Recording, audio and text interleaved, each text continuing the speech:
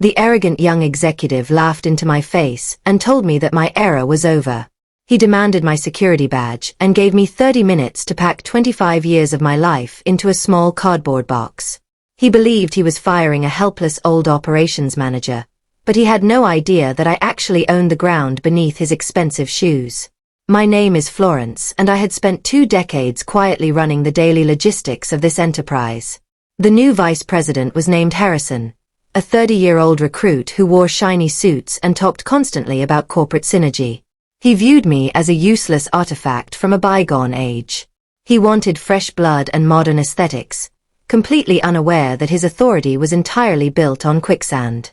Back in 2001, the original owners named Lyle and Orson faced immediate financial collapse. The company was on the verge of bankruptcy and desperately needed cash to survive. I had recently inherited a substantial private fortune from my late aunt. Rather than revealing my wealth, I established a hidden holding company named Vanguard Assets to purchase the entire property and lease it back to them safely.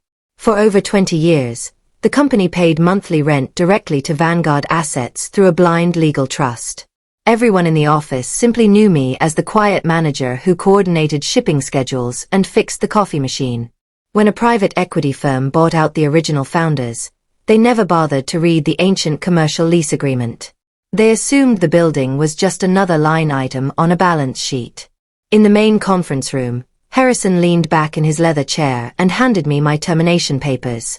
A human resources representative named Valerie sat beside him, nervously staring at her notepad. Harrison made several dismissive jokes about my age and told me to delete my personal files from the system. I gathered my desk items without shedding a single tear, knowing that anger was useless when logistics were on my side. I walked out to my sedan with my box of belongings and sat in the quiet parking lot. I pulled out my phone and placed a direct call to my corporate attorney named Garrick. I informed him that I was officially retired and instructed him to retrieve the primary lease folder for Vanguard Assets. I told him to examine Section 11 regarding structural integrity and unpermitted alterations, because Harrison was planning a massive office redesign. Through legacy administrative credentials on my phone, I accessed the live security cameras inside the 4th floor. I watched Harrison pacing through the engineering department alongside a private contractor, pointing aggressively at structural walls. Harrison had organized a company live stream to announce that his team would swing sledgehammers on Monday morning. He wanted to demolish 2 major supporting pillars that supported the floor above, where heavy server racks were located. I checked municipal records and confirmed that Harrison had failed to file any building permits with the city. He was attempting to rush the construction without safety inspections just to impress the board before the quarterly meeting. Section 11 of our lease stated that any unpermitted structural alteration created an immediate breach of contract, allowing the landlord to void the agreement.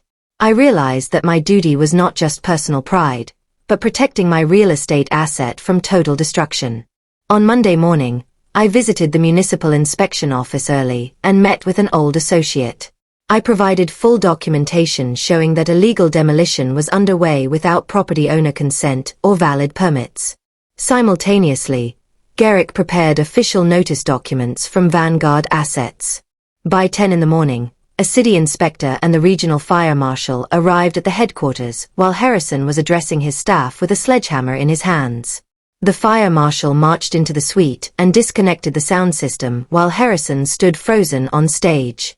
The officials inspected the blueprints, identified the load-bearing hazards, and immediately issued an emergency stop work order. A bright orange condemnation notice was posted directly on the front entrance glass. Employees were instructed to clear the premises, creating complete operational chaos while viral videos of the shutdown spread across social media. The chief executive officer named Sterling rushed to the site after learning about the legal emergency. I sat in a quiet coffee shop across the street and invited Sterling to meet me for a conversation. When he arrived, he angrily demanded to know why a former employee was involved in corporate affairs. I revealed to him that I was the sole proprietor of Vanguard Assets and that his team had broken the lease. Sterling stood completely speechless as the reality of the situation washed over him. He tried to offer financial settlements and promised to fire Harrison immediately if I withdrew the violation notice. I explained that arrogance and age discrimination had consequences, and that my attorney was filing formal eviction proceedings. Sterling threatened legal action, but I reminded him that a protracted court battle would freeze company operations and tank their public stock value. 3 days later, we appeared before Judge Walters in County Court for an expedited hearing. Sterling brought an expensive team of corporate attorneys who argued that the structural damage was minor and easily fixable. However, Judge Walters reviewed our original contract and noted that attempting unpermitted demolition created a clear material breach. She ruled strictly in favor of Vanguard assets and granted full possession of the building, giving the company 7 days to vacate. During the frantic eviction period, a young technology staff member named Wyatt called my personal phone in tears. He worried that losing central server access would destroy client records and ruin his career. I advised him to quietly back up all essential client data to secure cloud storage using an encrypted security key I had left in my old desk safe. I wanted to discipline executive leadership without destroying innocent junior workers who depended on their jobs. On the final morning, sheriff deputies arrived at the property to enforce the court order and change all door locks. Moving trucks clogged the parking lot as executives scrambled to load remaining office equipment into temporary storage. Sterling walked out carrying a box of files, looking defeated and exhausted as he realized the full cost of his reckless management choices. He glared in my direction, but I simply stood on the sidewalk watching my property return to my control. I took the new master keys from the deputy and stepped back inside the quiet atrium. I rode the elevator up to the 4th floor to inspect the empty office spaces and assess necessary repairs. Valerie was standing near the entrance, picking up a personal item she had forgotten during the rush. She looked at the keys in my hand and realized that the quiet woman from operations had held power over the enterprise all along. I informed Valerie that I intended to lease the facility to a community educational organization that respected structural integrity and long-term stability. Real power is never about loud speeches, expensive suits, or belittling experienced workers who built the foundation. True strength comes from patience, foresight, and understanding that those who underestimate experience will eventually pay for every single mistake.